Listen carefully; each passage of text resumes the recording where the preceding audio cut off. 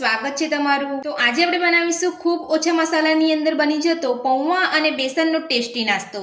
તો ચલો આપણે બનાવવાનું શરૂ કરીએ। તો પૌવા અને બેસનનો ટેસ્ટી નાસ્તો બનાવવા માટે મેં અહીંયા 1 વાટકી પૌવા લીધા છે અને 1 વાટકી બેસન લીધું છે। તો સૌથી પહેલા આપણે પૌવાને ધોઈ અને પલાળી રાખીશું।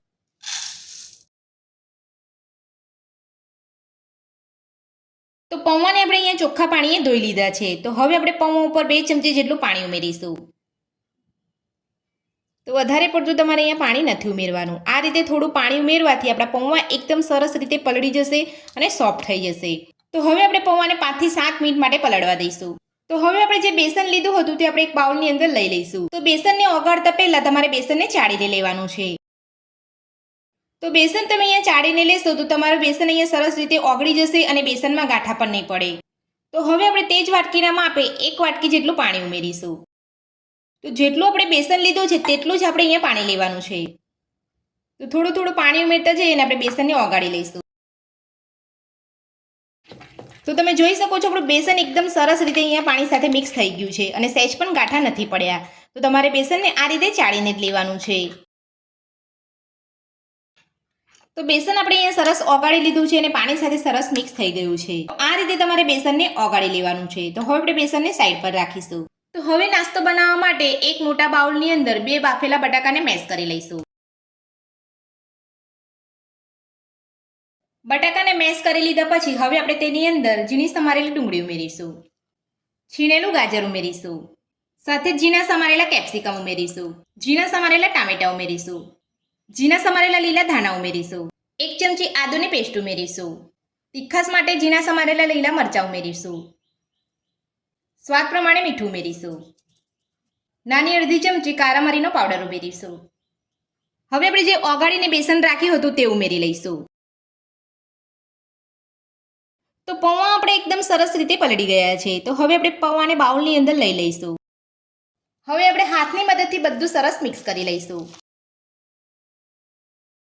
તો ખૂબ ઓછા મસાલાની અંદર આ ટેસ્ટી નાસ્તો બનીને તૈયાર થઈ જતો હોય છે। તો મારી આ રીતે તમે આ નાસ્તો ઘરે બનાવવાનો એકવાર જરૂરથી ટ્રાય કરજો અને આ નાસ્તો તમે બાળકોને લંચ બોક્સની અંદર પણ આપી શકો છો। તો બધું જ આપણે અહીંયા સરસ મિક્સ કરી લીધું છે અને આપણે નાસ્તાનો મસાલો બનીને તૈયાર છે। તો હવે આપણે મસાલામાંથી નાસ્તો બનાવીશું। તો નાસ્તો બનાવવા માટે મેં અહીંયા ગેસ ઉપર એક પેન રાખ્યું છે। તો પેનની અંદર આપણે 2 મોટી ચમચી જેટલું તેલ ઉમેરીશું। તેલને ગરમ થવા દઈશું। તો તેલ આપણું અહીંયા ગરમ થઈ ગયું છે। તો હવે આપણે નાસ્તાના મસાલામાંથી નાસ્તો બનાવી લઈશું। તો આ રીતે તમારે અહીંયા હાથ ઉપર થોડો મસાલો લઈ લેવાનો છે અને મસાલામાંથી આ રીતનું તમારે ટિક્કી વાળી લેવાની છે। તો તમે જોઈ શકો છો એકદમ સરસ આપણે અહીંયા મસાલામાંથી ટિક્કી વળી ગઈ છે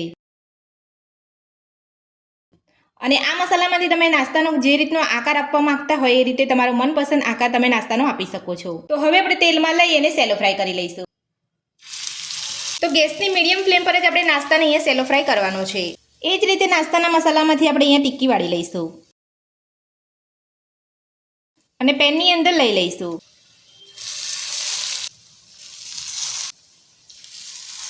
તો મસાલામાંથી ટિક્કી જેવો શેપ આપી અને નાસ્તો આપણે અહીંયા પેનની અંદર લઈ લીધો છે। તો હવે આપણે ગેસની મીડિયમ ફ્લેમ પર નાસ્તાને એક બાજુ સેલો ફ્રાય થવા દઈશું। તો નાસ્તાને એક બાજુ ફ્રાય કરે 2 થી 3 મિનિટ જેટલો સમય થઈ ગયો છે। તો હવે આપણે નાસ્તાને પલટાવી અને ચેક કરી લઈશું।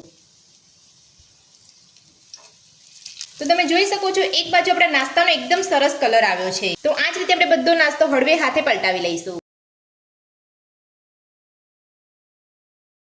તો એક બાજુ આપણો નાસ્તો એકદમ સરસ ફ્રાય થઈ ગયો છે। તો હવે આપણે એ જ રીતે બીજી બાજુ પણ નાસ્તાને ફ્રાય થવા દઈશું। તો નાસ્તાને પલટાવી અહીંયા 2 થી 3 મિનિટ જેટલો સમય થઈ ગયો છે। તો હવે આપણે નાસ્તાને બીજી બાજુ પલટાવીને ચેક કરી લઈશું। તો તમે જોઈ શકો છો આપણો નાસ્તો બીજી બાજુ પણ એકદમ સરસ કૂક થઈ ગયો છે અને કલર પણ એકદમ નાસ્તાનો સરસ આવ્યો છે। તો આ જ રીતે તમારે નાસ્તાને બંને બાજુ પલટાવતા જઈ અને સેલો ફ્રાય કરી લેવાનો છે અને ગેસની મીડિયમ ફ્લેમ પર જ તમારે સેલો ફ્રાય કરવાનો છે। તો બધો જ નાસ્તો આપણે કાઢી લઈશું અને આ જ રીતે આપણે બધો નાસ્તો બનાવી લઈશું। તો તમે જોઈ શકો છો આપણો નાસ્તો એકદમ સરસ દેખાઈ રહ્યો છે અને ખાવામાં પણ એકદમ ટેસ્ટી લાગતો હોય છે। તો ખૂબ ઓછા મસાલાની અંદર બેસન અને પૌવાનો ટેસ્ટી નાસ્તો બનીને આપણો તૈયાર છે। તો આ નાસ્તો તમે ચટણી સાથે, સોસ સાથે અને ચા સાથે પણ ખાઈ શકો છો અને તમે જોઈ શકો છો આપણો નાસ્તો ઉપરથી ક્રિસ્પી અને અંદરથી સોફ્ટ બન્યો છે। તો ટેસ્ટી નાસ્તો બનાવવાની રીત તમને મારી કેવી લાગી મને કોમેન્ટ બોક્સમાં કોમેન્ટ કરીને જરૂરથી જણાવજો. આજની રેસીપી પસંદ આવી હોય તો વિડીયોને લાઇક કરજો, ચેનલને સબસ્ક્રાઇબ કરજો, તમારા મિત્રોને જરૂરથી શેર કરજો. Thank you.